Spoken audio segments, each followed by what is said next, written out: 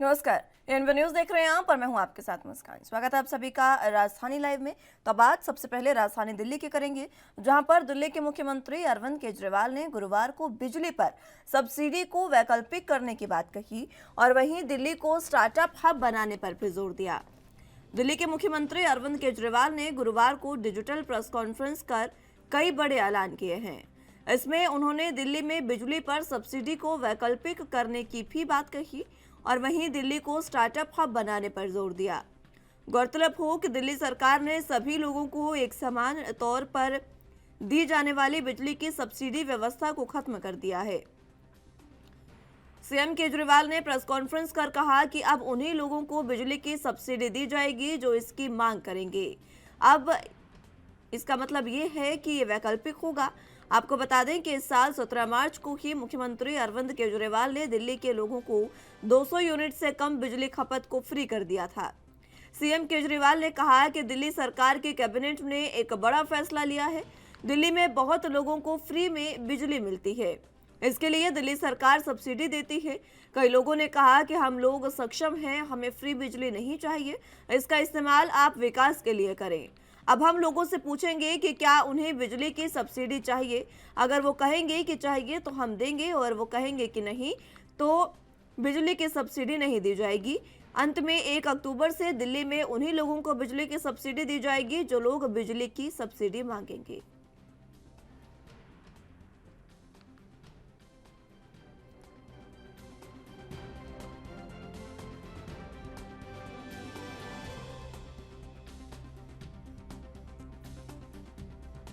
दिल्ली में बहुत सारे लोगों को फ्री बिजली मिलती है। इसके लिए दिल्ली सरकार सब्सिडी देती है। बीच बीच में कई लोगों के मेरे पास सुझाव आते हैं, कई लोगों की चिट्ठियां आती हैं, कई लोगों से जब मैं मिलता हूं वो कहते हैं कि सर अच्छी बात है आप हमें फ्री बिजली दे रहे हो, लेकिन हमारे में से कुछ लोग जो हैं वो सक्षम हैं, हम फ्री बिजली नहीं लेना चाहते, हम आपकी सब्सिडी नहीं लेना चाहते, आप इस पैसे को कहीं स्कूल अस्पताल बनाने के लिए इस्तेमाल कर लीजिए। तो अब हमने तय किया कि हम ये ऑप्शन देंगे। हम लोगों से पूछेंगे क्या आपको बिजली की सब्सिडी चाहिए। अगर वो कहेगा हाँ चाहिए तो हम उनको देंगे, अगर वो कहेगा नहीं चाहिए तो हम उनको नहीं देंगे। तो ये लोगों से पूछने का काम जल्दी शुरू होगा और 1 अक्टूबर से दिल्ली के अंदर उन्हीं लोगों को बिजली की सब्सिडी दी जाएगी जो लोग बिजली की सब्सिडी मांगेंगे। इसी पर जरा जानकारी के लिए दिल्ली से संवाददाता राजीव तिवारी हमारे साथ मौजूद हैं। राजीव, फिलहाल जिस तरीके से बात करें दिल्ली की, तो अब सभी को फ्री बिजली नहीं दी जाएगी क्योंकि बिजली पर सब्सिडी जो है वो अरविंद केजरीवाल ने खत्म कर दी है। देखिए, बिल्कुल सही कहा आपने। यहाँ पर बात करें जिस तरीके से दिल्ली सरकार लगातार कहीं ना कहीं बिजली फ्री, पानी फ्री, महिलाओं के लिए बस का किराया फ्री, ये चीज जो स्कीम लेके आई थी फ्री की, उसको लेकर कहीं ना कहीं राजनीति भी होती नजर आ रही थी। बार बार कहीं ना कहीं भाजपा की तरफ से और कहीं ना कहीं कांग्रेस की तरफ से भी कह सकते दिल्ली सरकार को घेरने की कोशिश की जा रही थी कि जनता को फ्री बिजली कहाँ से दी जा रही है, बिजली पर पानी फ्री किया कहाँ से दिया जा रहा है, महिलाओं के लिए किराया फ्री कहाँ से दिया जा रहा है। ये सवाल बड़े बहुत ज्यादा खड़े हो रहे थे और काफी जनता भी यही चाहती थी कि उनको फ्री की चीजें नहीं चाहिए। मगर यहाँ पर बात करें जिस तरीके से अब अरविंद केजरीवाल ने डिजिटल प्रेस कॉन्फ्रेंस के माध्यम से यह स्पष्ट कर दिया कि बिजली फ्री जो है अब 1 अक्टूबर से नहीं मिल पाएगी, सिर्फ उन्हीं लोगों को मिल पाएगी जो इसकी डिमांड करेंगे। यानी कि सीधे सीधे कहें एक सर्वे करवाया जाएगा जिसके आधार पर यह डिसाइड किया जाएगा कि कितनी जनता बिजली फ्री मांगना चाहती है और कितनी जनता बिजली फ्री नहीं मांगना चाहती है। जो सक्षम है, जिनको जो बिजली अफोर्ड कर सकते हैं, यानी कि उसका जो किराया है, जो चार्जिंग है वो दे सकते हैं, तो उनसे लिया जाएगा। जो अफोर्ड नहीं कर सकते हैं उनको नहीं दिया जाएगा। यानी कि सीधे सीधे कहीं ना कहीं जनता के लिए काफी हद तक कुछ फायदा भी जरूर होगा, क्योंकि जो सक्षम है वो तो कहीं ना कहीं किराया देंगे, यानी बिजली का चार्जिंग देंगे, और जो सक्षम नहीं है उनको फ्री बिजली मिलेगी। मगर इसकी जो प्रक्रिया है वो 1 अक्टूबर से अप्लाई कह सकते हैं लागू की जाएगी और 1 अक्टूबर से ही जनता को जो फ्री स्कीम चाहिए उनको ही मिल पाएगी जो इसकी डिमांड करेंगे। जो इसकी डिमांड नहीं करेंगे उनको यानी कि बिजली फ्री नहीं दी जाएगी। और यही चीज शायद पानी के ऊपर भी आने वाले दिनों के अंदर लागू की जा सकती है। महिलाओं के जो किराया फ्री है उसके अंदर भी यही चीज लागू की जा सकती है। तो उससे साफ जाहिर है कहीं ना कहीं दिल्ली के अंदर जो फ्री की स्कीम है वो लगभग अब खत्म होने वाली है। जी, आम जनता का हवाला अरविंद केजरीवाल ने दिया है, लेकिन क्या वाकई आम जनता का ये फैसला है कि उन्हें सब्सिडी नहीं चाहिए जो लोग सक्षम हैं? क्या कुछ जनता कह रही है इसको लेकर? देखिए, बिल्कुल सही कहा आपने। यहाँ पर बात करें जनता की, तो जनता के जिस तरीके से अरविंद केजरीवाल ने कहा कि उन लोगों के अरविंद केजरीवाल के पास सुझाव आते हैं लोगों के कि वो बिजली फ्री नहीं लेना चाहते हैं, इस पैसे को कहीं न कहीं देश हित के कार्य में लगाया जाए। मगर लगभग कह सकते हैं 25% के करीब ऐसे लोग हैं जो सक्षम हैं, जो बिजली का चार्जिंग दे सकते हैं। मगर 75% की दिल्ली की जनता जो है वो बिजली का किराया नहीं देना चाहती, यानी चार्ज नहीं देना चाहती है, और जनता भी यही चाहती है कि उनको जो फ्री की स्कीम मिल रही है, जिन लोगों के अभी तक बिजली के बिल जो थे वो जीरो आ रहे थे, 200 यूनिट से नीचे के जो चार्जिंग थी वो जो है कहीं ना कहीं जीरो होती थी, तो उससे कहीं ना कहीं आम जनता या फिर कहें मिडिल क्लास और ग्राउंड क्लास की जो जनता है उनको कहीं ना कहीं राहत मिलती थी। जो अपर क्लास है वो कहीं ना कहीं 25% के करीब है, वही सक्षम है और वही देना चाहते हैं, और वही चाहते हैं कि उनको फ्री बिजली फ्री जो है वो नहीं मिले। मगर यहाँ पर बात करें जिस तरीके से 25% जनता की, तो 25% जनता ही शायद इसके कह सकते हैं सक्षम है, और दिल्ली के मुख्यमंत्री को जो सुझाव दिए गए थे वो शायद इन्हीं के द्वारा दिए गए थे। मगर यहाँ पर बात करें आम जनता की, ग्राउंड लेवल की और मिडिल क्लास की, वो कहीं ना कहीं चाहेगी कि उनको बिजली फ्री जो है वो लगातार मिलती रहे। वहां देखना होगा सर्वे के आधार पर दिल्ली सरकार क्या डिसाइड करती है कि कितने लोग जो है वो बिजली फ्री चाहते हैं और कितने लोग जो है वो बिजली फ्री नहीं चाहते। मगर यहाँ पर बात करें एक और, यानी कि जो प्रेस वार्ता के द्वारा कहीं ना कहीं छात्रों के लिए भी कहीं ना कहीं उपलब्धि हासिल करने की कोशिश की गई, और कहीं ना कहीं दिल्ली सरकार के द्वारा ये भी कहा गया है कि जो कॉलेजों के अंदर जो छात्र युवा पढ़ रहे हैं वो अपना बिजनेस आइडिया जो है वो दिल्ली सरकार को दे सकते हैं, और इसके आधार पर ही बिजली के लिए लगातार कहीं ना कहीं युवाओं को पैसे की मदद या फिर कहें और चीजों की मदद वो दिल्ली सरकार ही करेगी अब जी। ठीक है राजीव, बहुत शुक्रिया आपका हमारे साथ जुड़ने के लिए और तमाम अहम जानकारी हम तक पहुंचाने के लिए। तो खबरों में आगे बढ़ते हैं। मुख्यमंत्री योगी आदित्यनाथ उत्तर प्रदेश की सत्ता में दोबारा काबिज होने के बाद आज 6 मई को धर्मनगरी अयोध्या की दूसरे दौरे पर पहुंचेंगे। मुख्यमंत्री के अयोध्या दौरे को लेकर जिला प्रशासन ने तैयारियां तेज कर दी है।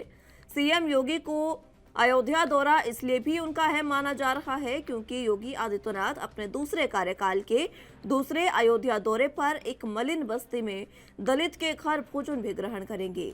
इससे पहले भी योगी आदित्यनाथ ने अपने पहले कार्यक्रम के दौरान अयोध्या की ही एक दलित बस्ती में भोजन किया था। सीएम अयोध्या में मंडलीय समीक्षा बैठक की अध्यक्षता भी करेंगे। साथ ही 19,000 करोड़ की चल रही धर्मनगरी अयोध्या की परियोजनाओं को प्रगति की रिपोर्ट भी उनको सौंपी जाएगी और वो उसका निरीक्षण करेंगे। मुख्यमंत्री के अयोध्या आगमन और दलित के घर भोजन के कार्यक्रम को लेकर जिला प्रशासन ने तैयारियां तेज कर दी हैं।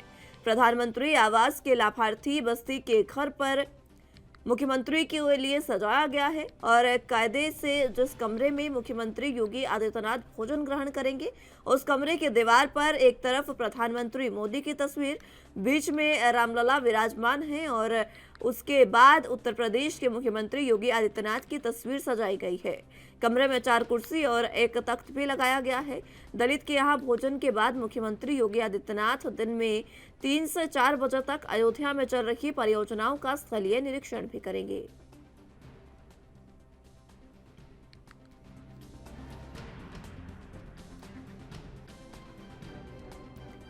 तो आपको बता दें कि उत्तर प्रदेश के सीएम योगी आदित्यनाथ सूबे के मुखिया अपने दूसरे कार्यकाल के दूसरे दौरे पर अयोध्या आ जा रहे हैं और यहां पर मलिन बस्ती में जाकर वो भोजन भी ग्रहण करेंगे, क्योंकि सीएम ने खुद ये निर्देश दिए थे कि तमाम मंडल में तमाम जो भी विधायक, नेता, मंत्री है वो अपने मंडलों में जाएं, अपने क्षेत्रों में जाएं और वहां पर दलित लोगों से मुलाकात करें, उनके यहाँ भोजन करें और प्रवास करें।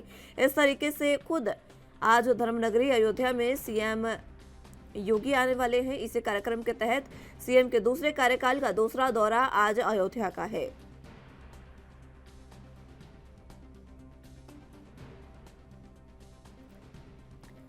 आपको बता दें कि इसके लिए सब कार्यक्रम पूरे तरीके से तैयार है और जिस कमरे में बैठकर सीएम योगी आदित्यनाथ भोजन करेंगे वो कमरे को भी सजा दिया गया है और उसमें प्रधानमंत्री नरेंद्र मोदी, रामलला और खुद सूबे के मुखिया योगी आदित्यनाथ की तस्वीर जो है वो लगाई गई है और उस तस्वीर को पूरे तरीके से सजाया गया है और किसी भी तरीके की कमी ना रहे इसकी पूरी कोशिश की गई है। फिलहाल अपने दूसरे कार्यकाल के दूसरे अयोध्या दौरे पर मुख्यमंत्री योगी आदित्यनाथ आज अयोध्या आएंगे और शाम दोपहर 3 से 4 बजे मुख्यमंत्री परियोजनाओं का लोकार्पण, शिलान्यास और उनका निरीक्षण भी करेंगे।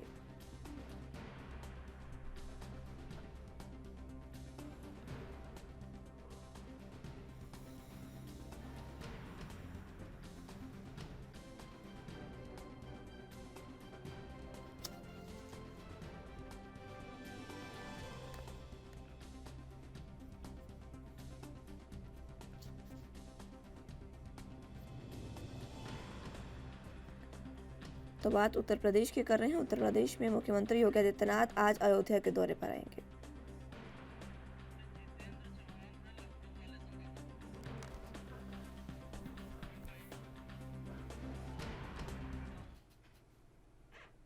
इस खबर पर ज्यादा जानकारी के लिए लखनऊ से संवाददाता जितेंद्र चौहान हमारे साथ मौजूद हैं। जितेंद्र, फिलहाल आज अयोध्या धर्मनगरी में आ रहे हैं सूबे के मुखिया योगी आदित्यनाथ। देखिए, बिल्कुल जाहिर सी बात है कि दूसरे कार्यकाल में दूसरा दौरा है उत्तर प्रदेश के मुख्यमंत्री योगी आदित्यनाथ का, और आज अयोध्या पहुंचेगी जो कि धर्मनगरी भी है। और सबसे पहले वहां पहुंचकर हनुमानगढ़ी और रामलला के दर्शन करने का काम करेंगे उत्तर प्रदेश के मुख्यमंत्री योगी आदित्यनाथ, और 12 बजे मंडल स्तरीय समीक्षा बैठक करेंगे। जो पदाधिकारी है, भारतीय जनता पार्टी के नेता है, उनके साथ बैठक करेंगे और लगभग 19,000 करोड़ की जो परियोजनाओं की प्रकृति है जो अयोध्या के लिए दी गई है, उस पर कहीं ना कहीं आज समीक्षा करेंगे और परियोजना की कितनी प्रगति उस पर विवाद चर्चा करेंगे। लगभग 2:30 बजे मलिन बस्ती में भोजन करने का काम करेंगे, क्योंकि भारतीय जनता पार्टी ने ऐसा कहा है कि सभी नेता अपने दौरे में, जो जिले हैं उनके दौरे में जाने के बाद वहां मलिन बस्तियों में और जो दलित लोग हैं उनसे कहीं ना कहीं मुलाकात करके घर में भोजन करने का काम करें। और 3 बजे परियोजनाओं का स्थलीय निरीक्षण भी करेंगे। क्या काम हुआ, क्या प्रगति अयोध्या में चल रही है और अभी तक कितना रामलला के मंदिर को भव्यता मिली, इस पर भी चर्चा होगी और वहां पर स्थलीय निरीक्षण करेंगे। 4 बजे महाराणा प्रताप की मूर्ति है उसका अनावरण करने का काम करेंगे उत्तर प्रदेश के मुख्यमंत्री योगी आदित्यनाथ, और 5 बजे सर्किट हाउस में संतों से मुलाकात करेंगे। जो अयोध्या के संत है, जो तमाम अखाड़े के जो धर्म गुरु हैं, उनसे कहीं ना कहीं मुलाकात करेंगे। और लगभग वो कल सुबह 9:30 बजे रात्रि विश्राम के बाद 9:30 बजे लखनऊ वापस आएंगे। वही बात की जाए तो लगभग सबसे पहले 11:05 राम कथा जो मैदान है वहां पर उनका हेलीकॉप्टर पे उतरेंगे, हेलीपैड से उतरेंगे और कहीं ना कहीं सबसे पहले हनुमानगढ़ी जाएंगे। हनुमानगढ़ी में दर्शन करेंगे, रामलला के दर्शन करेंगे और लगभग 11:25 राम जन्मभूमि परिसर में रामलला के दरबार में दर्शन करने के बाद वो आरती करने का काम करेंगे। साथ ही लगभग 11:55 पर वह सभागार में जो मंडलीय समीक्षा बैठक है उसमें शामिल होंगे और लगभग 1 से 2 घंटे ये बैठक चलेगी। और कहीं ना कहीं 2:30 बजे वो अयोध्या धाम में बेगमपुरा वार्ड जो 15 है, वहां प्रधानमंत्री के आवास के लाभार्थी बसंती के घर जाकर वो भोजन ग्रहण करेंगे। पूरी तैयारी कर ली गई, अधिकारियों ने पूरी तैयारी कर ली है और लगभग जो कार्यक्रम है उत्तर प्रदेश के मुख्यमंत्री योगी आदित्यनाथ का, वो उसको लेकर अधिकारियों ने सुरक्षा व्यवस्था से लेकर तमाम जो भोजन से लेकर समीक्षा बैठक की जो तैयारियां है वो सभी कर चुके हैं। और अयोध्या में धर्मनगरी में उत्तर प्रदेश के मुख्यमंत्री योगी आदित्यनाथ का दूसरे कार्यकाल का एक पहला दौरा होगा, जिसमें मुख्यमंत्री योगी आदित्यनाथ पहुंचेंगे आज। ठीक है, फिलहाल जिस तरीके से वो अयोध्या जा रहे हैं, किस तरीके से सुरक्षा व्यवस्था के लिए तमाम तैयारियां की गई है? देखिए, सुरक्षा व्यवस्था क्योंकि सूबे के मुखिया हैं और जाहिर सी बात है कि मुख्यमंत्री योगी आदित्यनाथ की सुरक्षा में किसी प्रकार की चूक ना हो, तो सभी आला अधिकारी और जो सुरक्षा एजेंसी है उनको अलर्ट पर रखा गया है। और जो समीक्षा बैठक चलेगी, जो लंबे बजट दिया गया है रामनगरी अयोध्या को, उसमें कहीं ना कहीं उस पर समीक्षा बैठक की जाएगी, प्रगति रिपोर्ट जानने की कोशिश की, स्थलीय निरीक्षण भी करेंगे कि रामलला का जहां मंदिर बन रहा है उसमें कितनी भव्यता अभी तक आई और कितना काम बचा है, उस पर ही कहीं ना कहीं चर्चा होगी। और एक एक चीजों का स्थलीय निरीक्षण करने के बाद वो पदाधिकारियों से भी मुलाकात करेंगे, संतों से मुलाकात करेंगे, क्योंकि खुद एक संत होने के नाते वो संतों से मुलाकात करेंगे और स्थिति को जानने की कोशिश करेंगे। और कहीं ना कहीं जो तमाम चीजें हैं उसको करने के साथ साथ भोजन करने का काम करेंगे, मलिन बस्ती में जाकर भोजन करेंगे और उसके बाद रात्रि विश्राम करने के बाद वो सुबह लगभग 9:30 से 10 बजे के आस वो लखनऊ आवास पहुंच जाएंगे। ठीक है जितेंद्र, बहुत शुक्रिया आपका हमारे साथ जुड़ने के लिए और तमाम अहम जानकारी हम तक पहुंचाने के लिए। तो खबरों में आगे बढ़ते हैं। जिस तरीके से लगातार आपने उत्तर प्रदेश के मुख्यमंत्री योगी आदित्यनाथ को उनका दौरा है और धर्मनगरी आज वो जाने वाले हैं और धर्मनगरी में अपने दूसरे कार्यकाल के दूसरे दौरे पर मुख्यमंत्री योगी आदित्यनाथ आज रहने वाले हैं। कई कार्यक्रम उनके जो है वो प्रस्तावित किए गए हैं। तो खबरों में आगे बढ़ते हैं। पंजाब में आम आदमी पार्टी की सरकार आने के बाद कई विभागों के कर्मचारियों को आस थी कि अब काम आसान होगा।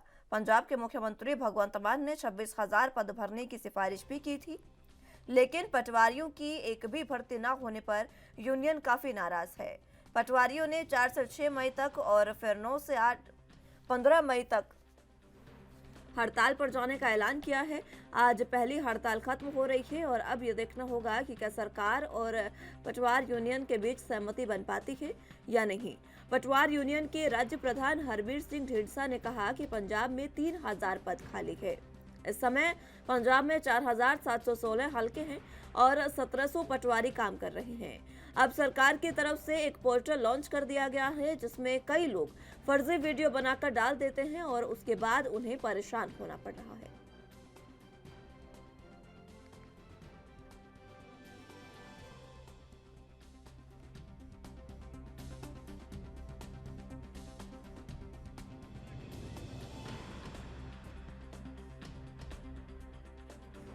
तो आपको बता दें कि पटवारियों की पहली हड़ताल आज खत्म होने जा रही है। 2 चरणों में पटवारियों ने हड़ताल का ऐलान किया था। कई विभाग इस समय भगवंत मान की सरकार से कुछ नाराज चल रहे हैं, जिसको लेकर विभागों के जो अधिकारी है उन्होंने हड़ताल का ऐलान किया था। इसी में पटवार विभाग भी एक है। पटवारियों की ओर से हड़ताल का ऐलान किया गया था। 6 मई यानी आज तक वो हड़ताल पर थे। अब अगला जो चरण है वो 9 से 15 मई तक का होगा। आज उनकी हड़ताल खत्म होने जा रही है। अब देखना इसमें यह होगा कि आखिर किस तरीके से पटवारियों की जो हड़ताल है खत्म होने के बाद क्या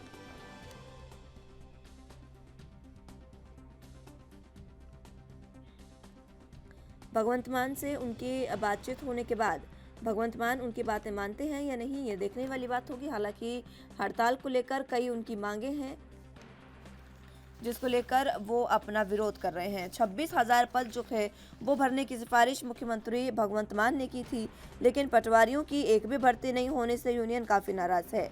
26,000 पदों में से अभी तक एक भी भर्ती नहीं हुई है, जिसकी वजह से खासी नाराजगी देखने को मिल रही है। अब पहली हड़ताल खत्म हो गई है।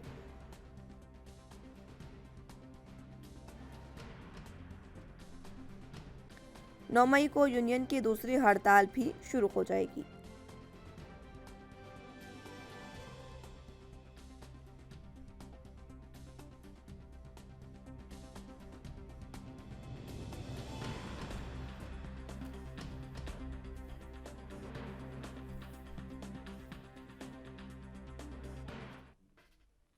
इसी खबर पर जरा जानकारी के लिए चंडीगढ़ से संवाददाता अमित कुमार हमारे साथ मौजूद हैं।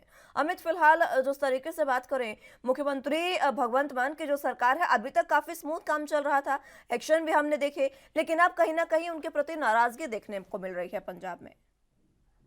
हाँ जी, देखिए अगर हम बात करें पटवारियों की, तो पटवारियों की नाराजगी एज सच मान सरकार से नहीं है। उनकी नाराजगी इस बात से है कि जो कदम उठाए जा रहे हैं उसका लोग दुरुपयोग करके उनके ऊपर कर रहे हैं। एक और तो उन्होंने एक बात कही है कि जो एंटी करप्शन हेल्पलाइन नंबर जारी किया गया है उसमें कई ऐसे इंस्टेंस सामने आए जिसमें पटवारियों की फेक वीडियोस बनाकर उस पर अपलोड किया गया, जिसके बाद उनके ऊपर कार्रवाई हो रही है।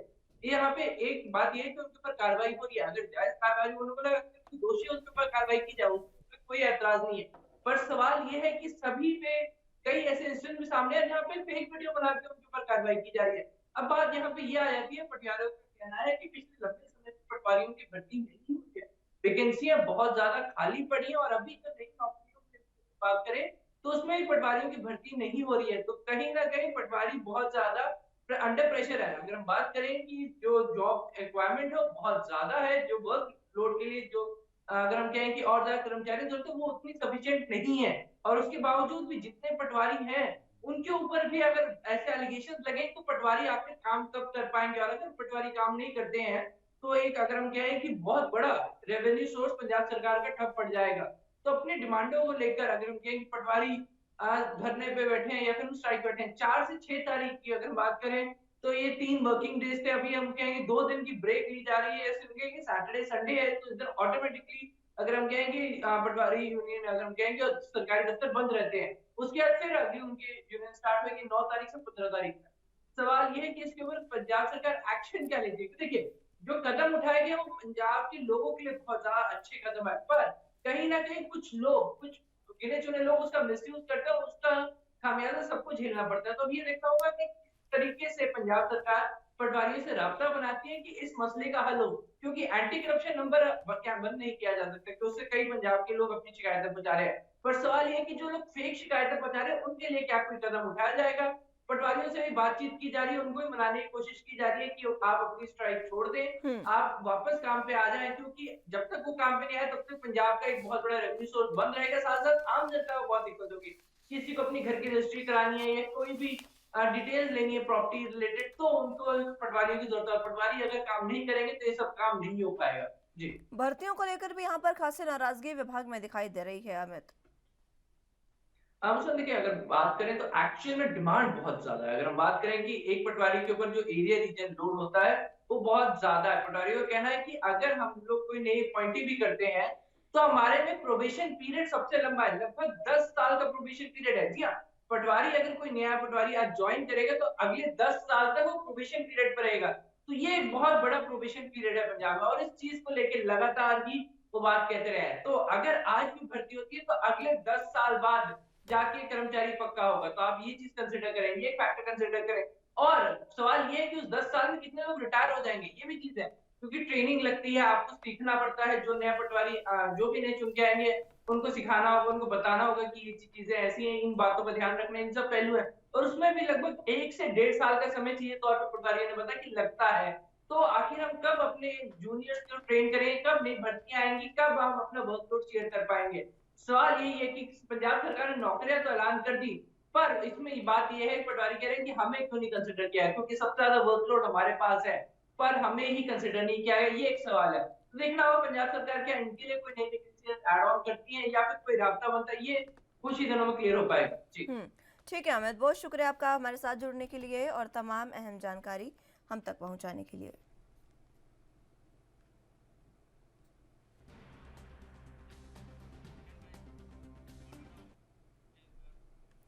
एनसीपी अध्यक्ष शरद पवार ने कहा कि भीमा कोरेगांव हिंसा मामले में उसके लिए तत्कालीन देवेंद्र फडणवीस की बीजेपी सरकार जिम्मेदार है। गुरुवार को उन्होंने इस हिंसा की जांच के लिए गठित आयोग के सामने अपनी गवाही दी। पवार ने कहा कि इस हिंसा पर काबू पाया जा सकता था, लेकिन राजनीतिक इच्छा शक्ति की कमी के कारण ये नहीं हो सका। जांच आयोग ने मुंबई के सहाद्री गेस्ट हाउस में शरद पवार का बयान दर्ज किया। उन्होंने कहा कि हिंसा को रोकने के लिए तत्काल जो कदम उठाए जाने चाहिए थे वो नहीं उठाए गए। जांच आयोग ने पवार से पूछा कि अगर कोई शांतिपूर्ण तरीके से प्रदर्शन कर रहा है और उसमें कोई असामाजिक तत्व आकर गड़बड़ी करता है तो ये किसकी जिम्मेदारी है। इसका जवाब में पवार ने कहा कि ये पुलिस की जिम्मेदारी है कि कानून व्यवस्था का सही ढंग से पालन हो।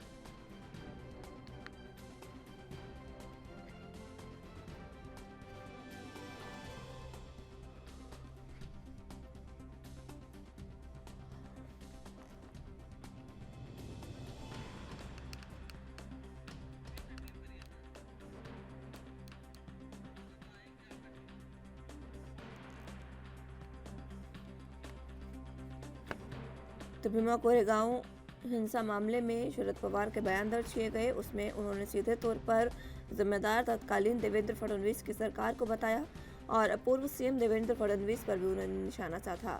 उन्होंने साफ तौर पर कहा कि अगर इस हिंसा के लिए कोई जिम्मेदार है तो देवेंद्र फडणवीस के नेतृत्व वाली बीजेपी सरकार है, क्योंकि हिंसा को रोका जा सकता था, लेकिन ऐसा नहीं हुआ। राजनीतिक मंशा के कारण ये तमाम चीजें की गई, ये शरद पवार ने कहा। इसी के साथ उन्होंने कहा कि अगर देश में अगर कोई भी शांतिपूर्ण तरीके से प्रदर्शन कर रहा है और उसमें असामाजिक तत्व आकर गड़बड़ी करता है तो ये पुलिस की जिम्मेदारी है कि कानून व्यवस्था का सही ढंग से पालन करवाए।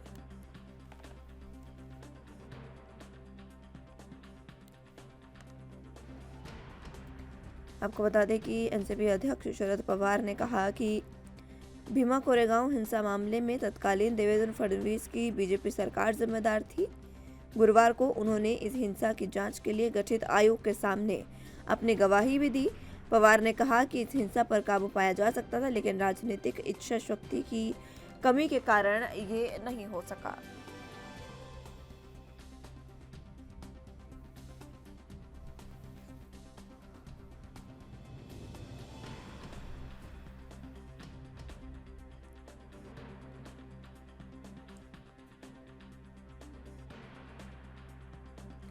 बता दें कि जांच आयोग ने मुंबई के सह्याद्री गेस्ट हाउस में शरद पवार का बयान दर्ज किया उन्होंने कहा कि हिंसा को रोकने के लिए तत्काल जो कदम उठाए जाने चाहिए थे वह नहीं उठाए गए।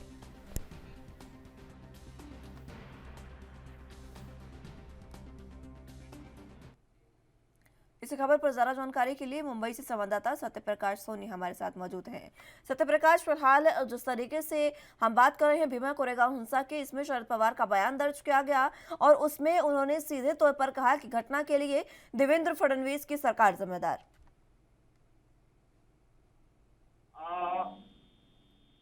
मुंबई के सह्याद्री भवन में यह प्रमुख शरद पवार का बयान दर्ज किया गया। इस दौरान शरद पवार से कई सवाल पूछे गए। सबसे पहला उनसे पूछा गया कि जिस तरह से भीमा कोरेगांव हिंसा मामले में क्या भूमिका रही और किस तरह का यह जो है हिंसात्मक घटना हुई, उसको लेकर उन्होंने सीधे तौर पर कहा उस वक्त की तत्कालिक सरकार की जिम्मेदारी बनती थी, तत्कालिक सरकार ने सही से एक्शन नहीं लिया, इस लिहाज से यह मामला हुआ। फिलहाल इस पूरे मामले में जिम्मेदार तत्कालिक सरकार यानी कि भाजपा की देवेंद्र फडणवीस वाली सरकार थी। जी फिलहाल और क्या कुछ बयान उन्होंने इसमें दिए जब उनके बयान दर्ज किए गए? देखिए, अपने बयानों में लगातार गठित जो है आयोग ने उनसे पूछा कि जिस वक्त यह घटना हुई उस वक्त मुंबई पुलिस की जिम्मेदारी क्या बनती थी। तो उन्होंने सीधे तौर पे कहा कि जिस समय असामाजिक तत्व उस भीड़ में घुसकर इस तरह के हिंसा फैलाने की कोशिश कर रहे थे, उस दौरान मुंबई पुलिस की भी जिम्मेदारी बनती थी। अगर मुंबई पुलिस कानून व्यवस्था को सही ढंग से चलाती तो शायद यह स्थिति नहीं बनती, लेकिन उसके बावजूद भी अगर ऐसा हुआ है तो जाहिर तौर पर इस पूरे मामले में तत्कालिक मुख्यमंत्री से भी सवाल जवाब तलब करना चाहिए। लेकिन जब आयोग ने पूछा क्या मुख्यमंत्री उस वक्त के मुख्यमंत्री उद्धव ठाकरे देवेंद्र फडणवीस और उद्धव ठाकरे को भी आयोग के सामने जांच में बुलाना चाहिए, तब उन्होंने कहा कि यह आयोग का मामला है, आयोग को उस पर निर्णय लेना चाहिए। तो कहीं न कहीं यह बताया जा रहा है कि जिस स्थिति में यह घटना हुई है उसकी तत्कालिक सरकार जिम्मेदार है, ऐसा आरोप उन्होंने लगाया। उन्होंने कहा भी है कि इस पूरे मामले में 2000 लोगों से ज्यादा से पूछताछ भी हुई थी और इसमें जानकारी भी ली गई थी, लेकिन वर्तमान सरकार ने इस पूरे मामले में कहीं नहीं निपटाने और उनके ऊपर आरोप लगे हैं उन्हें खत्म करने की कोशिश कर रही थी।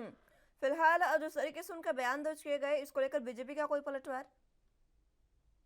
देखिए, बीजेपी की तरफ से बार बार यही कहा जा रहा है कि जिस तरह से यह हिंसा हुई है उस वक्त जो है सरकार में हमारे साथ उद्धव सरकार भी थी, ऐसे में उन्हें भी इस बात का इल्म होना चाहिए, जानकारी होना चाहिए था।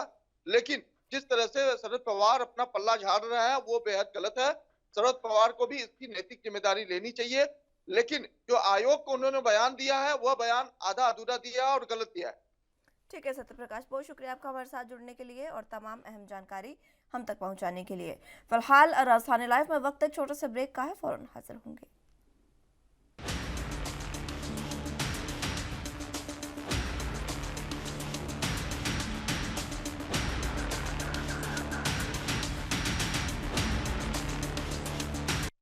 अहम खबरों के रुख कर लेते हैं। मध्य प्रदेश के गृह मंत्री नरोत्तम मिश्रा ने पश्चिम बंगाल में अधीर रंजन चौधरी चिदंबरम विवाद को लेकर तंज कसा और कहा कि कांग्रेस में इन दिनों सीपीएल यानी कांग्रेस प्रीमियर लीग चल रहा है। देश में कांग्रेस पार्टी अब प्राइवेट लिमिटेड पार्टी हो गई है। मध्य प्रदेश के गृह मंत्री नरोत्तम मिश्रा ने पश्चिम बंगाल में अधीर रंजन चौधरी और चिदंबरम विवाद को लेकर तंज कसा और कहा कि कांग्रेस में इन दिनों सीपीएल चल रहा है। मध्य प्रदेश में कांग्रेस अध्यक्ष कमलनाथ खुद को किसी जांच करने नहीं जाते और वो जांच कराते हैं, उससे एक दिन का मीडिया कवरेज मिल जाता है। वो अपने परिवार को आगे बढ़ाने को लेकर सक्रिय कर रहे हैं और नकुलनाथ को भी सक्रिय वो कर रहे हैं। डॉक्टर नरोत्तम मिश्रा ने कहा कि कांग्रेस में इस समय सीपीएल चल रहा है, वहां प्राइवेट लिमिटेड कंपनी के रूप में लोग काम कर रहे हैं। छत्तीसगढ़ में भूपेश बघेल टीएस सिंहदेव के बीच कोल्ड वॉर चलता रहता है।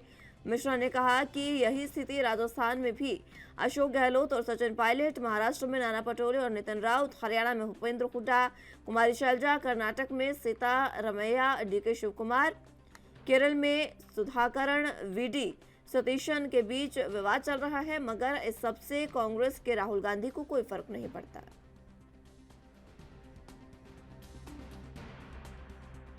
कांग्रेस पार्टी जो है ना पार्टी की बजाय अब प्राइवेट लिमिटेड कंपनी जैसी होती जा रही है। इस कंपनी में कुछ लोग फ्रेंचाइजी लिए बैठे हैं ऐसा लगता है। अकेले पी चिदम्बरम और अधीर रंजन जी की बात आप क्यों कर रहे हैं? इनका कांग्रेस नेताओं का मैं ध्यान आकर्षित आपका करता हूं देश की तरफ। छत्तीसगढ़ भूपेश बघेल और टीएस सिंहदेव, इनमें कोल्ड वार चलता ही रहता है। राजस्थान अशोक गहलोत और सचिन पायलट जी। महाराष्ट्र नाना पोटले वर्सेज नितिन राउत जी, उनमें चलता ही रहता है। हरियाणा में भूपेंद्र हड्डा और बहन कुमारी शैलजा जी के बीच में। कर्नाटक सिद्धारमैया जी, DK Shiv Kumar ji. Kerala Sudhakaran versus BD Satheesan जी। इसलिए और अचंबा ये इस घमासान से राहुल बाबा को कोई लेना देना नहीं है। वो अपने शादी ब्याह में आराम से चल रहे हैं। अब ये कांग्रेस पार्टी नहीं चल रही, सीपीएल चल रहा है। वहां पर कांग्रेस प्रीमियम लीग के नाम से सीपीएल चलाया जा रहा है।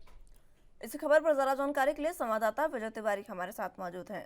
विजय, फिलहाल नरोत्तम मिश्रा ने जिस तरीके से तंज कसा है कांग्रेस को लेकर और कमलनाथ को लेकर उन्होंने तंज कसा और कहा कि वो नकुलनाथ को आगे करना चाह रहे हैं, क्या कुछ अहम जानकारी? जी, मध्य प्रदेश के गृह मंत्री डॉक्टर नरोत्तम मिश्रा के द्वारा कांग्रेस पर निशाना साधते हुए कहा गया कि कांग्रेस अब प्राइवेट लिमिटेड कंपनी हो चुकी है। कांग्रेस में सीपीएल चल रहा है। सीपीएल मतलब कांग्रेस प्रीमियम लीग चल रहा है और कांग्रेस पर साफ तौर पर निशाना साधते हुए पश्चिम बंगाल में चल रहे केस अधीर रंजन और पी चिदम्बरम को भी आड़े हाथों लेते हुए कहा कि ये आपस में ही लड़ रहे हैं, जबकि कांग्रेस के वरिष्ठ नेता हैं पी चिदम्बरम। बावजूद इसके और बता दें कि अधीर रंजन पश्चिम बंगाल के कांग्रेस के प्रभारी बनाए गए हैं और मेट्रो शेयर को लेकर कोलकाता हाई कोर्ट में विवाद चल रहा था, जिस पर पी चिदम्बरम के द्वारा पैरवी की गई थी और उसी को लेकर अधीर रंजन और पी चिदम्बरम के बीच बातचीत हो गई। वहीं बीते दिन जब P Chidambaram Kolkata high court पहुंचे तो वहां पर अधीर रंजन के जो समर्थक थे और वहां पर जो वकील थे उनके द्वारा पी चिदम्बरम का विरोध भी किया गया और नारे लगाए गए। वहीं डॉक्टर नरोत्तम मिश्रा के द्वारा कमलनाथ के बेटे नकुलनाथ को भी आड़े हाथों लिया गया और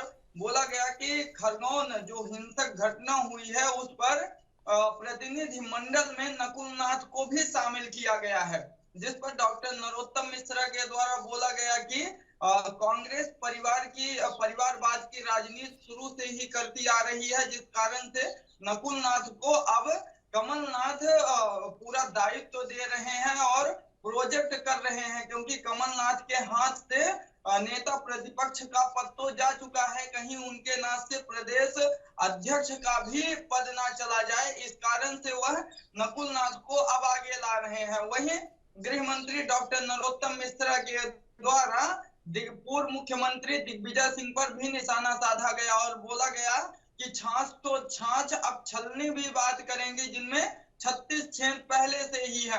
आपको बता दें कि पूर्व मुख्यमंत्री दिग्विजय सिंह के द्वारा बिजली को लेकर और कमलनाथ के द्वारा किसानों की कर्ज माफी को लेकर भाजपा सरकार पर पूर्व में हमला किया गया था, जिस पर डॉक्टर नरोत्तम मिश्रा के द्वारा पलटवार किया गया है और साफ तौर पर बोला गया है कि जब पूर्व में मध्य प्रदेश में दिग्विजय सिंह की सरकार थी तब बिजली कभी कभी आती थी, कम से कम अब हमारी सरकार है तो कभी कभी तो बिजली जा रही है। वहीं किसानों की कर्ज माफी को लेकर कमलनाथ पर भी निशाना साधा है और कहा है कि कमलनाथ की जब सरकार थी तो आखिरकार उन्होंने किसानों का कर्ज क्यों माफ नहीं किया, और इसी को लेकर साफ तौर पर उन्होंने कहा है कि कांग्रेस में अब सीपीएल चल रहा है और राहुल बाबा को इससे कोई मतलब नहीं है। राहुल बाबा सिर्फ शादी ब्याह में पार्टी अटेंड कर रहे हैं। जी विजय, देखिए गुटबाजी तो कांग्रेस में देखने को मिल रही है लगातार। जिस तरीके से नरोत्तम मिश्रा ने तमाम राज्यों का जिक्र किया और बताया कि वहां पर किस किस के बीच गुटबाजी है, ये गुटबाजी वाकई चल रही है, लेकिन फिलहाल मध्य प्रदेश में जिस तरीके से आरोप लगाए गए, इस पर कांग्रेस ने कोई अपनी प्रतिक्रिया दी या कोई अपना बयान? जी, अभी कांग्रेस के द्वारा कोई भी प्रतिक्रिया नहीं दी गई है, क्योंकि डॉक्टर नरोत्तम मिश्रा के द्वारा हाल ही में पलटवार किया गया है और कांग्रेस पर निशाना साधा गया है। अब अगर देखा जाए तो जल्द से जल्द ही कांग्रेस के द्वारा भी कुछ ना कुछ प्रतिक्रिया जरूर दी जाएगी, क्योंकि जिस तरह से मध्य प्रदेश में एक दूसरे पर आरोप प्रत्यारोप की राजनीति चल रही है, इसमें कहीं ना कहीं आम जनमानस को घाटा लग रहा है, क्योंकि जो बड़े नेता हैं जिन्हें काम करना चाहिए जमीनी स्तर पर, वह सिर्फ एक दूसरे पर आरोप और प्रत्यारोप को लेकर राजनीति कर रहे हैं। पूर्व मुख्यमंत्री दिग्विजय सिंह के द्वारा भाजपा सरकार पर यह आरोप लगाया गया था कि जो खरगोन में हिंसक घटना हुई है उसमें भाजपा के द्वारा आरोपियों का बचाव किया जा रहा है। ठीक है विजय, बहुत शुक्रिया आपका हमारे साथ जुड़ने के लिए और तमाम अहम जानकारी हम तक पहुंचाने के लिए। तो खबरों में आगे बढ़ते हैं। हिमाचल प्रदेश में चुनावी साल में वीरभद्र सिंह का नाम और काम ही कांग्रेस का नारा होगा।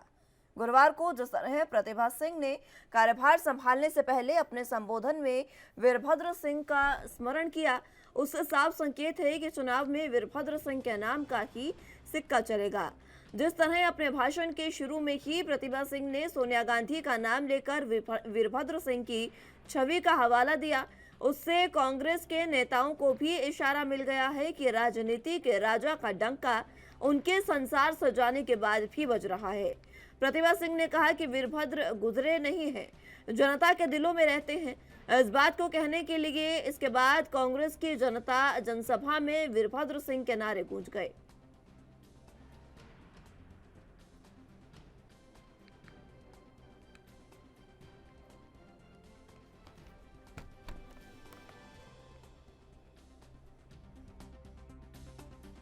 देखिए, अगले चुनाव भी हम उन्हीं के सानिध्य में, उन्हीं के आशीर्वाद से हम आगे बढ़ पाएंगे, क्योंकि मैंने अपने स्पीच में भी कहा और आज फिर उस बात को दोहराती हूँ कि वीरभद्र सिंह जी केवल ऐसे रूप से हमारे से बीच में से चले गए हैं, क्या बोलते हैं इसको, अदृश्य हुए हैं, पर हर व्यक्ति के दिल में उनके स्थान है और वो आज भी इस बात को याद करते हैं कि हमारे लिए वो सम्मानीय थे और आज भी उसी आदर और सत्कार से हम उनको देखते हैं। चाहे आज वो हमारे बीच में नहीं, पर उनका परिवार, उनका जो वो छोड़ के गए हैं लेगेसी, वो हमारे लिए उतनी ही महत्वपूर्ण है।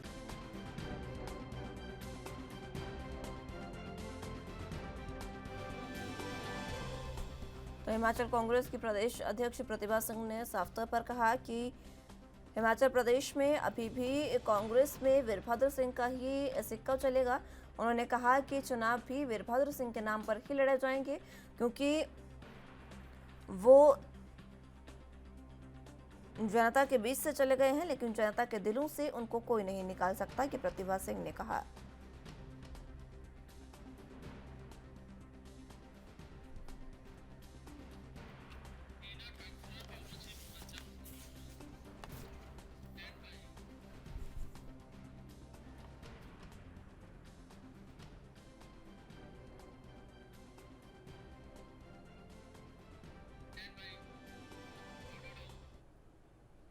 जरा जानकारी के लिए हिमाचल प्रदेश से ब्यूरो चीफ टीना ठाकुर हमारे साथ मौजूद हैं। टीना जी, फिलहाल जिस तरीके से कांग्रेस की बात करें, एक तरफ गुटबाजी से जूझ रही कांग्रेस को एक नई राह अगर मिली प्रदेश अध्यक्ष के तौर पर, तो उन्होंने पुरानी बात एक बार फिर से आलापी और सीधे तौर पर कहा कि चुनाव जो है वो वीरभद्र सिंह के नाम पर लड़ा जाएगा। बिल्कुल मुस्कान, आप सही कह रही हैं, क्योंकि वीरभद्र अभी तक कांग्रेस का निर्विरोध रूप से चेहरा थे और अभी तो चुनाव में लड़ेंगे और सीएम पद का जो चेहरा होता थे वही कांग्रेस का चेहरा होते थे। तो इसी बात को जो प्रतिभा सिंह ने कल भी दोहराया कि जो वीरभद्र सिंह है वो बेशक वो हमारे बीच से जा चुके हैं, लेकिन उनके जो काम है, उनका जो नाम है, वो लोगों के बीच अभी भी अमर है। और इस बात को लेकर उन्होंने कहा कि जो लोग हैं वो जनता जो अभी तक है वो वीरभद्र के नाम के साथ अपने आप को जुड़ा हुआ महसूस करती है। तो इसी के जो बल पर है, वीरभद्र सिंह के नाम के बल पर जो कांग्रेस जो है वो चुनावों में जाएगी और सत्ता में वापसी करेगी। फिलहाल वीरभद्र सिंह के नाम पर जिस तरीके से चुनाव लड़ने की बात की गई है, लेकिन गुटबाजी से घिरी कांग्रेस क्या वाकई चाहे किसी के भी चेहरे पर चुनाव लड़े, क्या सक्रिय रह पाएगी? जी मुस्कान, अगर मैं आपको बताऊं, जैसे कल की अभिनंदन समारोह कल प्रतिभा सिंह के सम्मान में रखा गया था, उसमें भी दो बड़े जो चेहरे हैं, सुधीर शर्मा धर्मशाला से और आशा कुमारी, वो नहीं पहुंचे थे। तो इसको लेकर गुटबाजी के साथ इसको जोड़ा जा रहा था, नाराजगी के साथ इसको जोड़ा जा रहा था। हालांकि आशा कुमारी जो है वो देर शाम हॉली लॉज पहुंची और उन्होंने प्रतिभा सिंह को बधाई दी। लेकिन अगर मैं जैसा आप बात कर रही है गुटबाजी की, तो गुटबाजी जो है अब अभी भी मतलब कांग्रेस में जो है साफ तौर पर देखने को मिल रही है। नेताओं में खींचतान है, सीएम पद के लिए जो है वो लगातार जो खींचतान वो चल रही है इन लोगों के बीच में। तो अब अगर आप देखेंगे तो कांग्रेस में जो है वो वीरभद्र के नाम के ऊपर चुनाव लड़ने पर सबने सहमति तो जताई है, लेकिन अब आने वाला वक्त ही बताएगा कि वीरभद्र सिंह का नाम जो गुटबाजी है उसको कितना कम कर पाता है या कितना सबको एक साथ लाने में कामयाब हो पाता है। जी नमस्कार। फिलहाल प्रतिभा सिंह ने जिस तरीके से वीरभद्र सिंह को याद किया, उन्होंने जिस तरीके से जिक्र उनका किया, ये तो साफ हो गया है कि उनके चेहरे पर चुनाव लड़ा जाएगा। उन्होंने ये भी कहा कि उनका सिक्का अभी तक चलता है, लेकिन ये जो बड़ा ऐलान है चुनावों में, क्या वाकई वीरभद्र सिंह का नाम कांग्रेस को मजबूती दिला पाएगा? बिल्कुल मुस्कान, अगर मैं बात करूं पिछले उपचुनावों की, जो 4 उपचुनाव जो लड़े थे वो भावनात्मक एक लहर थी प्रदेश में की। वीरभद्र सिंह जो 6 बार के मुख्यमंत्री रहे हैं, कांग्रेस एक बड़े नेता, कद्दावर नेता रहे हैं, वो नहीं रहे हैं। तो इसी चीज को लेकर कांग्रेस ने बुनाया भी और कांग्रेस ने वो 4 उपचुनाव जीते भी, और इसी चीज को बुनाना वो कांग्रेस अभी चाहती है। भावनात्मक लहर पे सवार कांग्रेस होना चाहती है विधानसभा चुनाव में भी, क्योंकि कांग्रेस साफ तौर पर जानती है कि जो वीरभद्र सिंह थे वो जननायक थे, जननेता थे। उनके साथ सीधे तौर पे बुजुर्ग जो है बहुत ज्यादा जुड़े हुए थे, महिलाएं हैं जो उनके साथ जुड़ी हुई थी।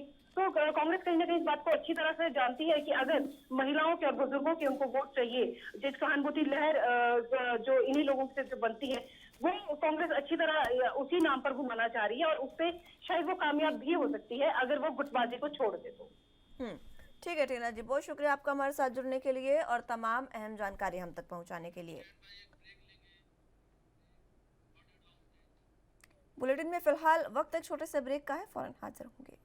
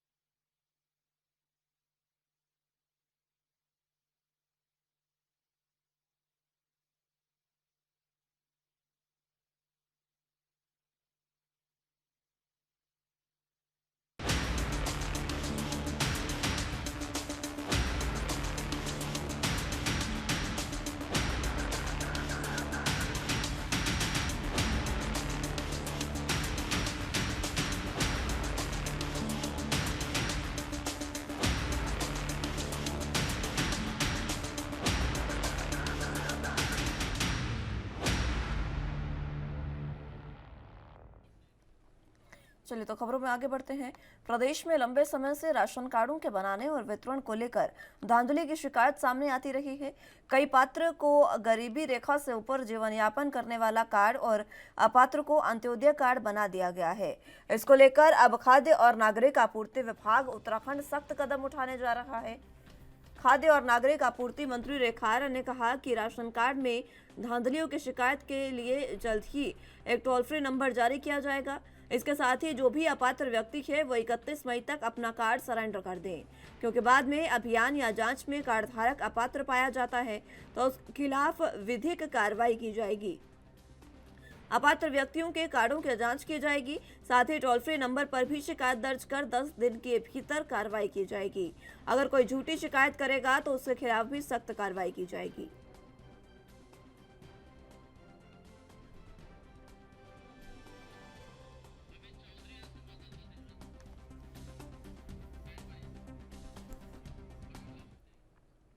इस खबर पर ज्यादा जानकारी के लिए देहरादून से संवाददाता अमित चौधरी हमारे साथ मौजूद हैं। अमित, फिलहाल जिस तरीके से ये तमाम बातें अब सामने आ रही है, पात्र व्यक्तियों को अपात्र बता दिया गया है और अपात्र व्यक्तियों को पात्र अंत्योदय योजना में बताया गया है, क्या कुछ अहम जानकारी? मुस्कान, देखिए, धामी सरकार 0.2 बनने के बाद से जो मंत्री हैं सरकार के, वो पूरी तरीके से यहाँ पर सक्रिय नजर आ रहे हैं।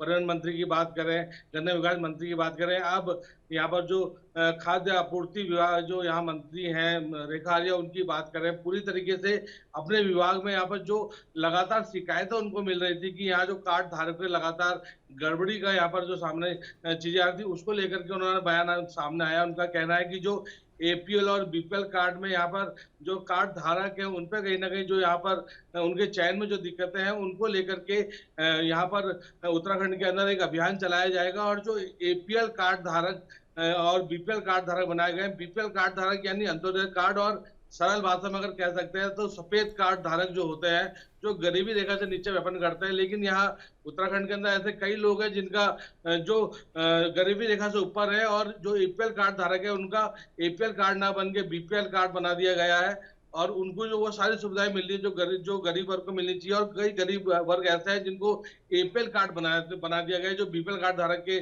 मानक में आते हैं। तो ये सारी गड़बड़ियां हैं, उनको लेकर के लगातार शिकायतें मिल रही हैं। और यहाँ जो मंत्री है रेखा आर्या, उनका साफ तौर से कहना है कि एक टोल फ्री नंबर यहाँ पर जारी किया जाएगा आज, और उसमें शिकायत दर्ज कर सकते हैं, और जो गड़बड़ झाला यहाँ पर होता है उस पर कहीं लगातार कार्रवाई की जाएगी। और जो ऐसे कार्ड धारक है जिन्होंने गलत तरीके से कार्ड बनाए हैं, वो 31 मई तक अपने कार्ड जमा कर दें। उसके बाद अगर कार्रवाई होगी और यहाँ पर अभियान चलाया जाएगा, तो उस पर अगर वो पकड़े जाते हैं तो उस पर कार्रवाई होनी है। तो उसको लेकर के साफ कहा जा सकता है कि जो खाद्य आपूर्ति मंत्री है रेखा आर्या, उनकी तरफ से सख्त लहजा दिखाया जा रहा है, और जो विभाग में जो गड़बड़ी है उनको कहीं ना कहीं ठीक करने की कार्रवाई यहाँ पर की जा रही है। जिस तरीके से अंत्योदय कार्ड बनाने में इस तरीके का घपला सामने आया, ये सीधे तौर पर सरकारी योजनाओं को पलीता लगाने वाली बात हुई। बिल्कुल, जिस तरीके से बात करें, जो हमारे देश के मुखिया हैं प्रधानमंत्री नरेंद्र मोदी, वो लगातार जिस तरीके से गरीबों के हक के लिए कार्य कर रहे हैं, और जो एक यहाँ पर साधन दिया गया है, यहाँ पर एक कोशिश की गई है कि गरीबों को यहाँ पर राशन मुफ्त में दिया जाए और अत्यधिक मात्रा में दी जाए। उसके लिए कार्डों का यहाँ पर वर्णन किया गया है। एपीएल कार्ड बनाए गए हैं, बीपीएल कार्ड बनाए गए हैं। बीपीएल कार्ड में कई यहाँ पर वर्ग दिए गए हैं, जिसमें सफेद कार्ड, गुलाबी कार्ड दिया जाता है। तो ये कार्डों में कहीं ना कहीं जिस तरह की धांधली सामने आ रही, विभागीय अधिकारी या विभागीय कर्मचारी लगातार इसमें उन योजनाओं पर पलीता लगाते नजर आ रहे हैं जो गरीबों के हक के लिए बनाई गई हैं, और उस पर उन लोगों को यहाँ पर फायदा नहीं मिल पा रहा है, बल्कि जो पहले से जो लगातार अन्य विभागों में है, सरकारी नौकरी में, उनको लगातार यहाँ पर फायदा पहुंच रहा है, और जो गरीब जिनको मिलना चाहिए फायदा, उनको नहीं मिल पा रहा। उसको लेकर के सरकारी योजना जरूर चल रही है, लेकिन उनका लाभ कहीं ना कहीं लोगों को नहीं मिल पा रहा। उसको लेकर के अब जो उत्तराखंड के जो कैबिनेट मंत्री है रेखा आर्या, उन्होंने कार्रवाई करने की बात की है, और इस पे लगातार जो आगे चीजें हैं वो जल्द दिखनी शुरू हो जाएंगी। ठीक है अमित, बहुत शुक्रिया आपका हमारे साथ जुड़ने के लिए और तमाम अहम जानकारी हम तक पहुंचाने के लिए। तो खबरों में आगे बढ़ते हैं। अंतर्राष्ट्रीय सीमा पर संघर्ष विराम की आड़ में जम्मू के सांबा जिले के चक फकीरा में तारबंदी के नीचे खोदी गई सुरंग के मुहाने का पता चला है। जीरो लाइन से कुछ ही दूरी पर इस सुरंग का दूसरा मुहाना अंतर्राष्ट्रीय सीमा के पार पाकिस्तान क्षेत्र में होने की पूरी संभावना है। प्रधानमंत्री नरेंद्र मोदी के जम्मू दौरे से 2 दिन पहले 22 अप्रैल को सुंजवा में मुठभेड़ में मारे गए 2 आत्मघाती आतंकी इसी सुरंग के रास्ते भारतीय क्षेत्र में घुसे होंगे। जम्मू संभाग में पिछले 10 वर्षों में सरहद पर 10 सुरंग बरामद की जा चुकी है। प्रधानमंत्री नरेंद्र मोदी के दौरे से ठीक 2 दिन पहले दौरे पर आए थे। इससे 2 दिन पहले 2 आत्मघाती आतंकियों ने जम्मू के सुंजवा इलाके में सीआईएसएफ की बस पर हमला किया था।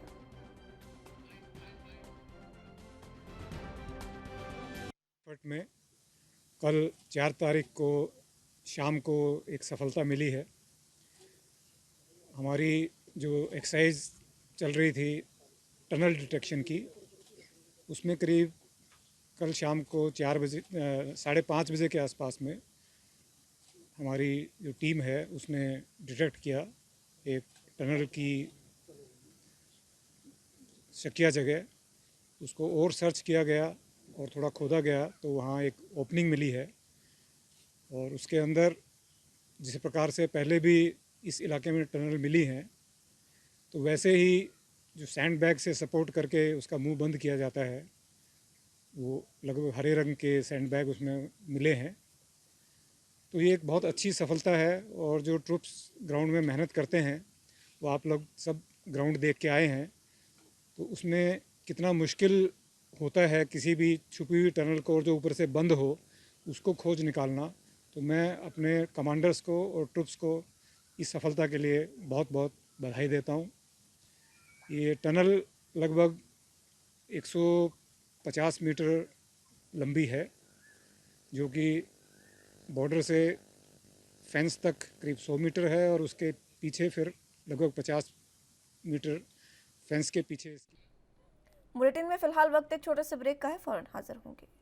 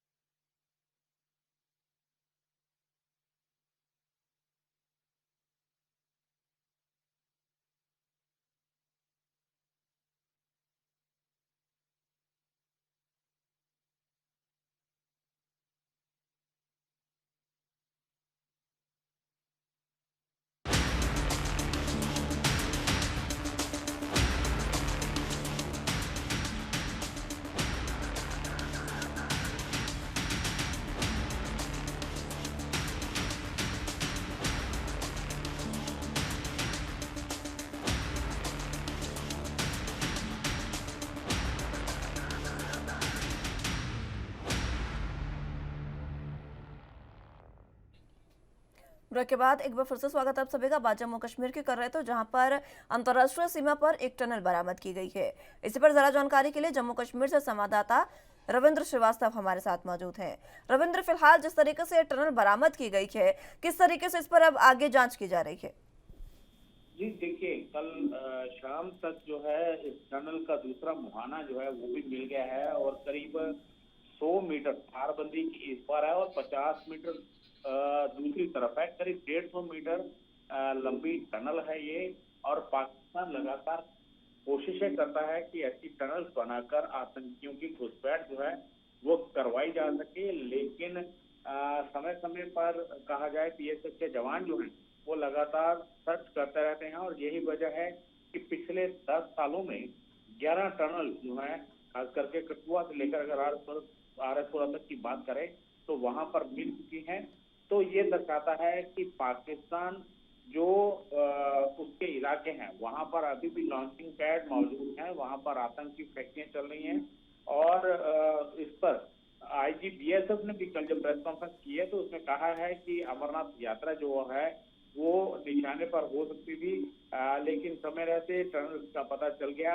हालांकि 2 दिन पहले ही अगर कहा जाए, प्रधानमंत्री का 24 तारीख को जो दौरा था में, तो उससे 2 दिन पहले ही जैश ए मोहम्मद के 2 आतंकी जो है उनको ढेर किया गया था, जो फिदायीन बनकर आए थे, और उन्होंने सीआईएसएफ की बस के ऊपर हमला किया था।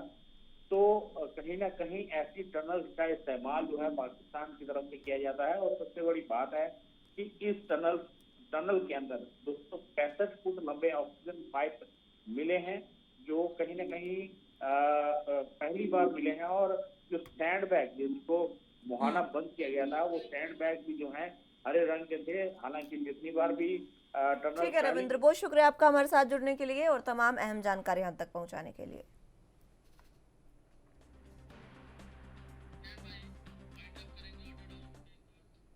बुलेटिन में फिलहाल मेरे साथ बस इतना ही। तमाम अहम खबरों के लिए आप देखते रहे एनबी न्यूज़। नमस्कार।